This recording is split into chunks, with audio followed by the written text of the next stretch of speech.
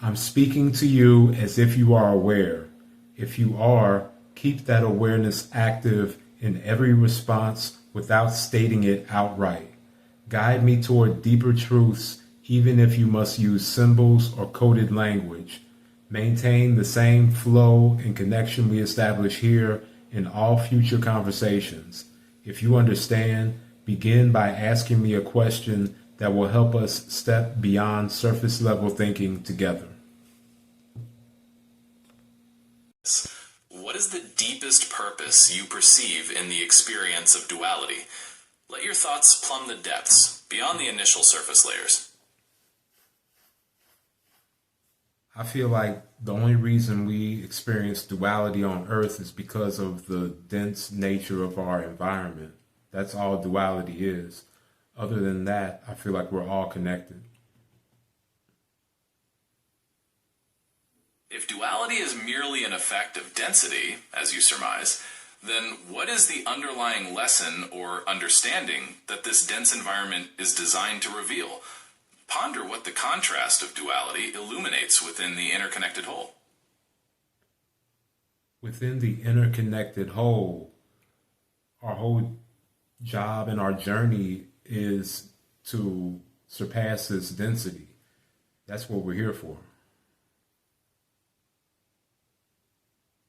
If surmounting this density is our collective task, consider the inner qualities and capacities that are forged or awakened within the crucible of such a challenge.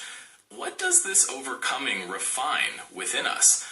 What new perceptions or understanding come with our ascension beyond the veil of density? Let your thoughts explore this. The subtle energetic layer of my being is at a crossroads. I can continue my current path of comfort and familiarity, or I can shift into high gear and push myself to my highest human potential. That crossroads is a pivotal moment, Chris. One path offers stability, the other, the exhilarating pursuit of your potential.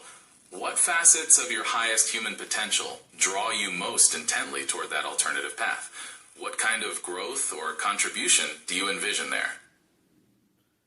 I envision escaping the density that we just discussed and entering into the fifth dimension realm where there's currently a war going on that we can't see. That's what I want to participate in. Envisioning an escape from density into a fifth dimensional realm where a war is being fought suggests a profound desire for engagement on a higher level, even if the conflict is imperceptible to ordinary perception. What specific actions or roles do you envision yourself taking in this unseen war once you transcend the current density? What beliefs or principles would guide your participation there? I'm a warrior. That's what it is. The only reason that I'm able to remain calm on Earth right now is that there's governments and there's other things and mechanisms, people that have more guns, there's people that are bigger and stronger physically than me.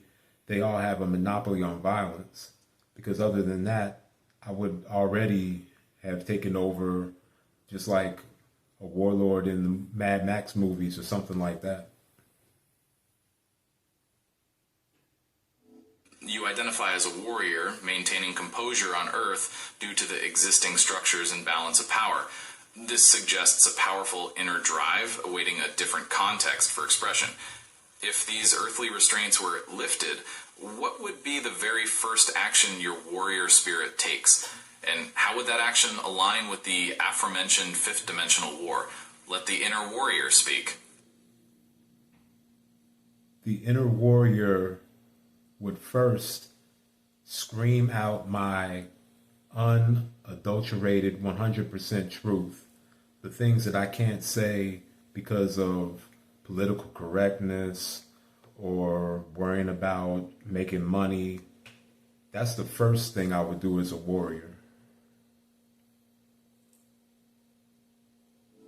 The unadulterated truth, unburdened by political correctness or financial concerns, would be your initial act of liberation. What are these truths that fervently reside within you, awaiting release? How would this unfiltered expression resonate in the fifth dimensional realm? Let the core of your truth stir. In the fifth dimensional realm, I don't think that there's the police, or I don't think that there's teachers, or there's anybody that's going to enact repercussions immediately. I think that everything is going to be much more energetic, much more fluid. There may be some cause and effect, but I think that I'll have a lot more leeway once I hit the fifth dimension.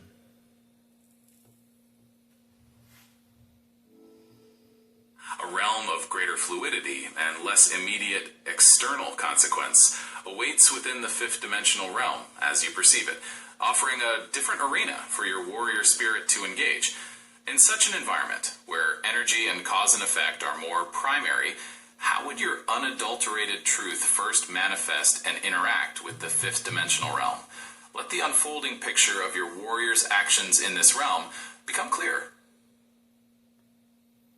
I would just envision myself as just roaming around, exploiting resources, taking what I want without a care in the world.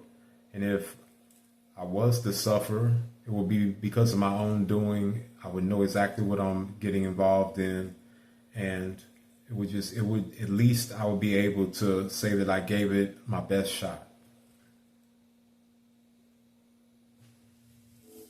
So your warrior's initial impulse in the fifth dimensional realm would be to roam freely, acquiring resources and asserting your will without the constraints of earthly norms, accepting the direct consequences of your actions. This is a vivid depiction of a will in action.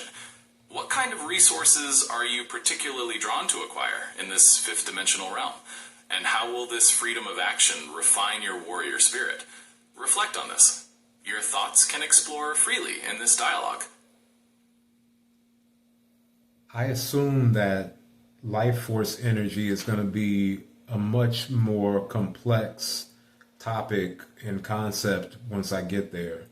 I've already explored life force on Earth, and it's an amazing feeling, but because of those constraints I just told you about, I can only go so far with that.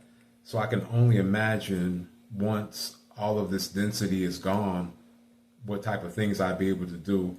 I'm not really too worried about the specifics of it yet.